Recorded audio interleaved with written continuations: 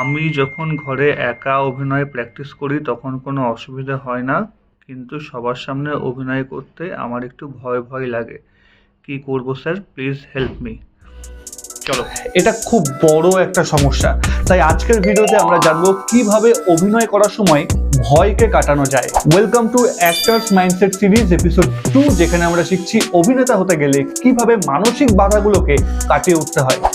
Performance anxiety বা অভিনয় করার সময় ভয় অনেকগুলো কারণে তৈরি হতে পারে, যেমন জাজমেন্টের ভয়, perfectionism, outcome oriented focus, past negative experience, lack of preparation, self identity attach, high expectation. এইসবের জন্য পারফরমেন্স অ্যাংজাইটি তৈরি হয়। সো এই পারফরমেন্স অ্যাংজাইটি থেকে মুক্তি পাবো কিভাবে বলছি, তার আগে ভিডিওটি সেভ করে নাও, না তো হারিয়ে গেলে ভিডিওটি খুঁজে পেতে অনেক সময় নষ্ট হবে। পারফরমেন্স অ্যাংজাইটি থেকে মুক্তি পাওয়া যায় 4টি ধাপে। 1. Reset body, 2. Reset mind, 3. Reframe identity, 4. Repetition and exposure দ্বারা।